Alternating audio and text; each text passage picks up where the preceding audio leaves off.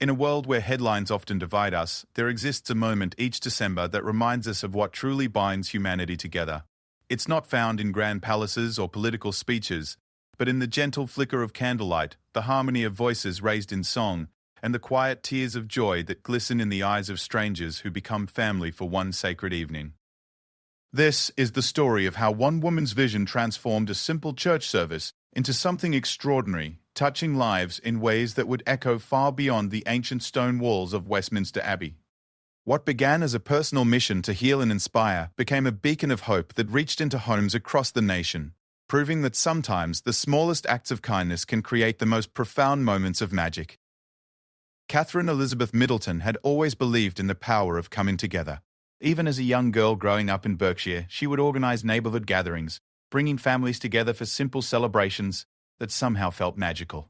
Now, as the Princess of Wales, she carried that same spirit, but with a platform that could touch millions of lives. The idea for the carol service had been brewing in her mind for months. It wasn't born from royal protocol or ceremonial duty, but from something much deeper. During the challenging years that had tested the nation's resolve, Catherine had witnessed firsthand the incredible strength of ordinary people doing extraordinary things. She had met healthcare workers who sacrificed everything, teachers who never gave up on their students, and volunteers who opened their hearts to strangers. These were the people she wanted to celebrate, the faces she wanted the world to see. On a crisp November morning, Catherine sat in her private office at Kensington Palace, surrounded by handwritten notes and photographs. Each image told a story of resilience, hope, and human kindness. There was Sarah, the nurse who had worked double shifts throughout the pandemic while caring for her elderly mother at home. There was James, the teacher who delivered lessons from his car to children in remote areas who had no internet access. There was elderly Mrs. Thompson, who had knitted hundreds of scarves for homeless shelters despite her arthritis making every stitch painful. These were not celebrities or public figures, but they were heroes in Catherine's eyes. She wanted to create an evening where their contributions would be honored, where their stories could inspire others, and where the true meaning of Christmas could shine through the darkness that had touched so many lives. The planning process was meticulous but filled with joy. Catherine worked closely with her small team, poring over every detail. She didn't want this to be just another royal event captured by cameras and forgotten by morning. She wanted it to be genuine, heartfelt, and meaningful.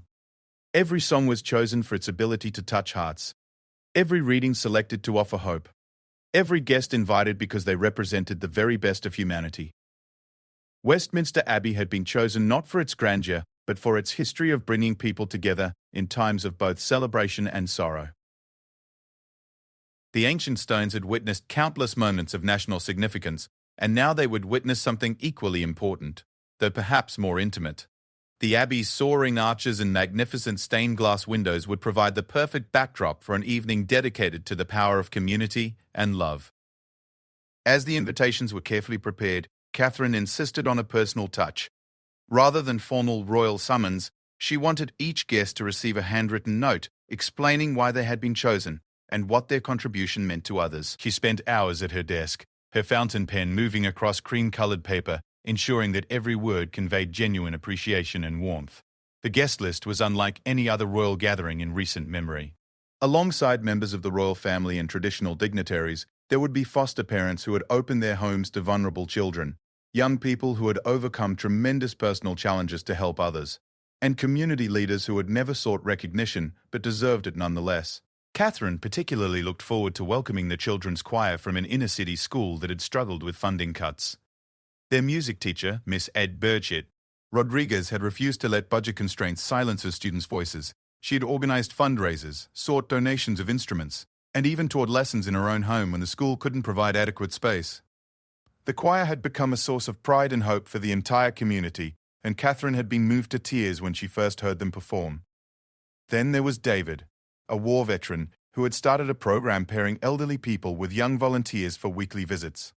His own experience with isolation after returning from service had inspired him to ensure no one else would face loneliness alone.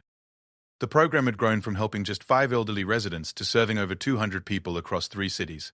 As December approached, the excitement was palpable. Catherine found herself humming Christmas carols as she went about her daily duties, her mind constantly returning to the service and the impact she hoped it would have. She had always believed that Christmas was about more than presents and parties.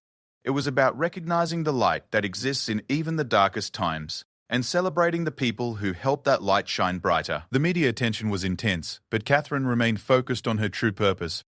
During interviews and photo sessions, she consistently redirected attention to the guests who would be attending and the work they had done.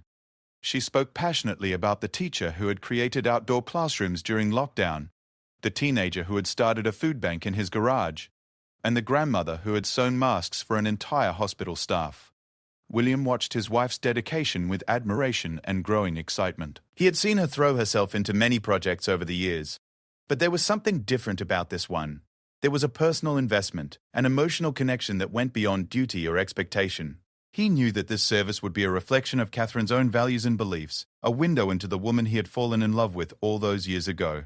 The final preparations were both exhausting and exhilarating.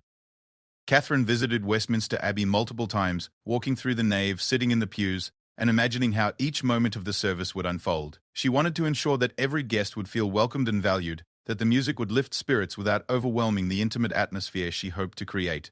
On the evening before the service, Catherine stood in her dressing room, looking at the dress she had chosen for the occasion. It was elegant but not ostentatious, beautiful but not attention-seeking. Like everything else about the evening, it had been selected to serve a purpose greater than mere appearance. She wanted to be remembered not for what she wore, but for what she had created and whom she had chosen to honor. As she prepared for bed, Catherine felt a mixture of nervousness and anticipation that reminded her of childhood Christmas Eves. Tomorrow would bring together dozens of remarkable people whose stories deserved to be told, whose sacrifices deserved to be recognized, and whose hope deserved to be celebrated. She had spent months planning every detail, but she knew that the true magic would come from the hearts of those who would gather in that sacred space. The vision that had begun as a simple desire to say thank you had grown into something much larger. It had become an opportunity to remind the world that heroism exists in everyday actions, that kindness is a choice available to everyone, and that even in the most challenging times, there are always reasons to hope. Tomorrow, in the hallowed halls of Westminster Abbey, that vision would finally become reality.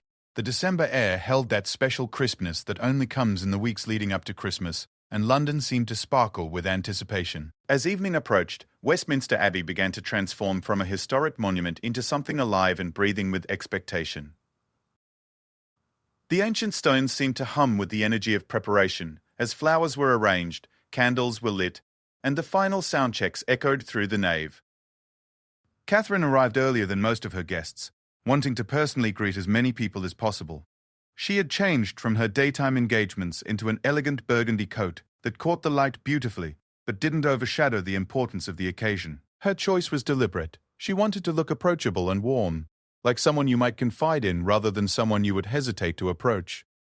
As the first guests began to arrive, Catherine positioned herself near the Abbey's entrance, her smile genuine and her handshakes lingering just a moment longer than protocol required. She remembered details about each person that surprised and delighted them. To the young mother who had organized food deliveries to vulnerable families, she mentioned the specific neighborhood where the woman worked.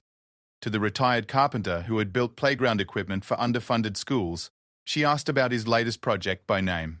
Sarah, the nurse Catherine had read so much about, arrived with her teenage daughter, both looking slightly overwhelmed by the grandeur of the setting.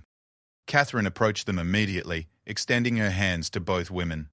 "Sarah, I've been so looking forward to meeting you," she said, her voice carrying none of the formal distance often associated with royal encounters. "And you must be Emma. Your mother has told me how proud she is of your volunteer work at the animal shelter." The surprise and joy on their faces was exactly what Catherine had hoped to see throughout the evening. She had instructed her staff to research not just the invited guests, but their families and interests as well. She wanted everyone to feel truly seen and valued, not simply acknowledged. As more guests filled the Abbey, the atmosphere began to shift from nervous anticipation to warm fellowship. Strangers struck up conversations, sharing stories about their work and their communities. The children's choir from the inner-city school clustered together, their excitement barely contained as they whispered about the famous faces they recognized and practiced their harmonies one last time. William arrived with their children, and Catherine felt her heart swell as she watched George, Charlotte and Louis greet the guests with the same genuine interest she had tried to instill in them. Charlotte immediately gravitated toward the children's choir, her natural ease with young people evident as she asked them about their favorite songs and whether they were nervous about performing. The service began as the Abbey bells chimed 7 o'clock. The opening hymn, O Come, All Ye Faithful, filled the sacred space with voices both trained and untrained, professional and amateur, but all united in celebration. Catherine had chosen this particular carol because of its message of invitation and inclusion. Everyone was welcome, everyone was faithful in their own way, and everyone deserved to rejoice. The readings had been carefully selected to reflect themes of hope, service, and community, but it was the personal testimonies woven throughout the service that truly captured hearts.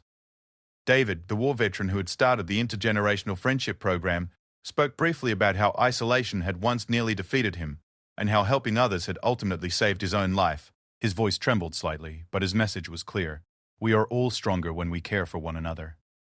Rodriguez conducted her school choir with obvious pride and affection. The children's voices soared through the Abbey, their song about finding light in darkness particularly poignant, given the challenges their school and community had faced. Several guests wiped away tears as the young voices proclaimed that no matter how dark the night, morning always comes. Catherine watched from her seat, her own eyes glistening as she saw the impact of each story, each song, each moment of connection. This was exactly what she had envisioned months ago, but experiencing it was even more powerful than she had imagined. The formal structure of the service provided a framework, but the real magic was happening in the spaces between, in the glances exchanged between strangers, in the knowing nods of recognition when someone's story resonated with another person's experience. The surprise appearance of a famous singer, someone Catherine had quietly invited because of their own charitable work, created a moment of joyful excitement. But even this celebrity guest understood the evening's true purpose. Their song, chosen specifically for its message about ordinary heroes, was delivered with such sincerity that it felt like a conversation rather than a performance. During a quiet instrumental piece, Catherine looked around the Abbey and tried to capture the scene in her memory. The soft glow of candlelight on faces young and old, the rainbow of backgrounds and experiences represented in the congregation, the sense of shared purpose that seemed to unite everyone present. She had hoped to create something special, but this exceeded even her most optimistic expectations. The children seemed particularly affected by the evening's message. Young Louis whispered questions to his father about the different speakers, wanting to understand how he could help others too. George listened intently to every word, his natural seriousness evident as he processed the stories of courage and kindness. Charlotte seemed most drawn to the musical elements, unconsciously swaying to the rhythms and mouthing along with familiar carols. As the service moved towards its conclusion, Catherine felt both satisfaction and a touch of sadness that the evening was nearly over. But she also felt something else, a sense that this was not an ending, but a beginning. The connections made tonight, the stories shared, the inspiration kindled, these would continue long after the last candle was extinguished. The final hymn, Silent Night, was sung in multiple languages by guests who represented the beautiful diversity of modern Britain. The familiar melody wove together voices speaking different tongues but sharing the same message of peace and hope. Catherine had specifically requested this multilingual approach because she wanted to honor the many communities that had contributed to the nation's resilience during difficult times. As the last notes faded and the service officially concluded, nobody seemed eager to leave. Guests lingered in small groups, continuing conversations that had begun during the evening, exchanging contact information, and making plans for future collaborations. The networking happening was organic and genuine, born not from professional obligation but from shared values and mutual respect. Catherine moved through the crowd slowly, reluctant to end the magical evening but knowing that the formal reception would allow for even more personal interactions. She was stopped every few steps by someone wanting to share how much the evening had meant to them, how inspired they felt, or how grateful they were to have been included. Mrs. Thompson, the elderly woman who had knitted countless scarves despite her arthritis, took Catherine's hands in her own weathered ones. "Your Highness," she said, her voice soft but firm, "you've given us something more precious than recognition tonight. You've given us hope that kindness still matters, that good work doesn't go unnoticed, and that we're all part of something bigger than ourselves." As they moved toward the reception area, Catherine reflected on how the evening had unfolded exactly as she had hoped, yet had also surprised her in wonderful ways. The formal structure had provided the framework, but the real beauty had come from the authentic human connections, the genuine emotions, and the shared recognition that everyone present was part of a community dedicated to making the world a little brighter. The night was far from over, and Catherine looked forward to the conversations still to come, the friendships that would be formed, and the projects that would be born from this gathering of extraordinary ordinary people. The reception following the carol service felt like a continuation of the magic, rather than a formal royal gathering. Westminster Abbey's medieval chapter house had been transformed into a warm, welcoming space, where conversations flowed as naturally as the wine and hot chocolate being served. Catherine had specifically requested that the refreshments include both elegant options for adults and comforting treats that would appeal to the children present, wanting everyone to feel at home regardless of their age or background. As Catherine moved through the reception, she carried with her a small leather notebook that she had tucked into her evening bag. Throughout the planning process, she had jotted down ideas for future collaborations and ways to support the various causes represented by her guests.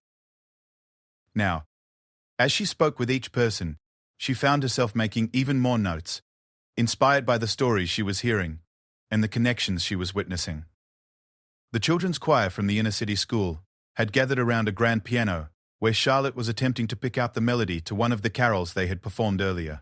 Their music teacher, Miss Rodriguez, watched with amusement as the young princess struggled with the more complex passages, while the choir members offered helpful suggestions.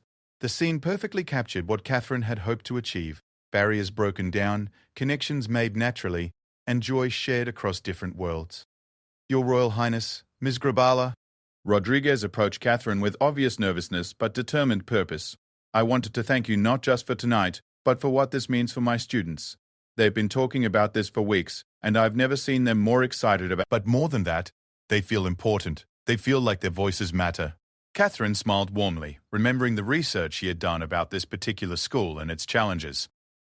Their voices do matter, and so does your work. I've heard about the fundraising concerts you organize, the instruments you've managed to acquire through donations, and the way you've kept the music program alive despite budget cuts. You're not just teaching music, you're giving these children hope and a way to express themselves. The conversation was interrupted by a gentle tap on Catherine's shoulder. She turned to find David, the war veteran whose intergenerational friendship program had touched so many lives. He was accompanied by an elderly gentleman she didn't immediately recognize, but whose bright eyes and warm smile suggested someone with his own story to tell. Your Highness, I'd like you to meet Harold, David said with obvious affection. He was one of the first people to join our program, and now he's become one of our most valuable volunteers. He's been paired with a different young person each year for the past 5 years, and each relationship has been transformational for both Harold and his young friend. Harold, despite being well into his 80s, stood straight and proud as he shook Catherine's hand. Your Highness, I wanted to tell you what this program has meant to me. After my wife died, I thought my useful days were behind me. But David showed me that I still had something to offer. Last year, my young friend was a girl named Amy who was struggling in school because she'd never had anyone help her with homework. We spent every Tuesday afternoon together, and by the end of the year, she'd improved 2 grade levels in reading. Catherine felt the familiar tightness in her throat that came when she heard these stories of quiet heroism and transformed lives. And I'm sure Amy taught you things too, she said. Understanding intuitively how these relationships worked both ways, Harold's eyes twinkled. Oh my, yes. She taught me how to use a smartphone properly, showed me music I never would have discovered, and reminded me what it feels like to be needed. These young people think they're just getting help with homework or someone to talk to, but they're giving us old folks a reason to wake up excited each morning. As the evening progressed, Catherine found herself at the center of increasingly animated conversations between guests who were discovering common ground and shared interests. The foster parents were sharing strategies with the youth mentors, the healthcare workers were comparing experiences with the teachers who had worked through the pandemic, and the community organizers were exchanging contact information and discussing potential collaborations. William appeared at her side during a brief lull, carrying 2 cups of the hot chocolate that had proven surprisingly popular among both adults and children. I think you've started something here, he said quietly, nodding toward the animated conversations happening throughout the room. Look at them. They're not just being polite anymore. They're actually planning things together. Catherine accepted the warm cup gratefully, using the moment to survey the room with fresh eyes. William was right. What had started as a formal reception was now buzzing with genuine excitement, as people discovered ways they could support each other's work. The nurse who had worked extra shifts was talking intensely with the woman who had organized food deliveries, apparently comparing notes on reaching vulnerable populations. The retired carpenter was sketching something on a napkin for the youth center coordinator, likely a design for some needed improvement. I had hoped this might happen, Catherine admitted, but seeing it actually occur is beyond what I imagined. These people have been working so hard in their own communities, often feeling like they're fighting uphill battles alone. Now they're realizing they're part of something much larger. Young George approached his parents, tugging on his father's jacket with the persistence that only children possess when they have something important to share. Papa, Mama, I've been talking to Mrs. Thompson, the lady who knits the scarves. She said she could teach me how to knit too, and then I could help make scarves for people who are cold. Could I do that? Catherine knelt down to her son's level, her heart swelling with pride at his desire to help. That sounds like a wonderful idea, George. Mrs. Duo. Thompson is very skilled, and I think she would be an excellent teacher. But remember, learning to knit takes patience and practice. I know, Mama, but she said even if my first scarves aren't very good, they'll still keep someone warm. And she said the most important part isn't making perfect scarves, it's showing people that someone cares about them. The wisdom of Mrs. Thompson's words filtered through the earnest voice of a young boy, captured exactly what Catherine had hoped this entire evening would communicate. It wasn't about perfection or grand gestures, it was about caring and trying and showing up for one another in whatever way possible. As the reception began to wind down, Catherine made a point of personally thanking each guest for attending and for the work they did in their communities. These weren't the rushed, perfunctory thanks often exchanged at the end of formal events, but genuine expressions of gratitude that acknowledged specific contributions and promised continued support. To Sarah, the hard-working nurse, she said, I hope you know that your dedication during the most difficult times hasn't gone unnoticed. The extra shifts, the emotional support you provided to patients' families, the way you kept going when everyone was exhausted, it made a real difference in countless lives. To the teenage boy who had started a food bank in his garage, she offered both praise and practical support. What you've accomplished at your age is remarkable, but I also want to make sure you're getting the help you need to expand safely and sustainably. I'd like to connect you with some organizations that might be able to provide resources and guidance. As guests began to leave, many exchanged final contact information and made concrete plans for future meetings. Catherine watched with satisfaction as business cards were traded, phone numbers were entered into phones, and genuine friendships began to form. The evening had succeeded beyond her wildest dreams, not just as a celebration of good work being done, but as a catalyst for even more good work to come. The children's choir was among the last to leave, their excitement still palpable as they chatted about the evening's events. Miss Rodriguez approached Catherine one final time, but now her nervousness had been replaced by confidence and hope. Your Highness, I have to ask, she said with a smile. Would you be interested in visiting our school sometime? Not for a formal royal visit, but just to hear how the students are doing and see the impact tonight has had on them. I think it would mean the world to them to show you their music room and perform for you in their own space. Catherine didn't hesitate. I would love that. Let's make it happen. As the abbey finally emptied and Catherine prepared to leave, she took one last look around the historic space that had hosted such an extraordinary evening. The candles had been extinguished, the flowers would soon be distributed to local hospitals and care homes, and the formal decorations would be carefully packed away.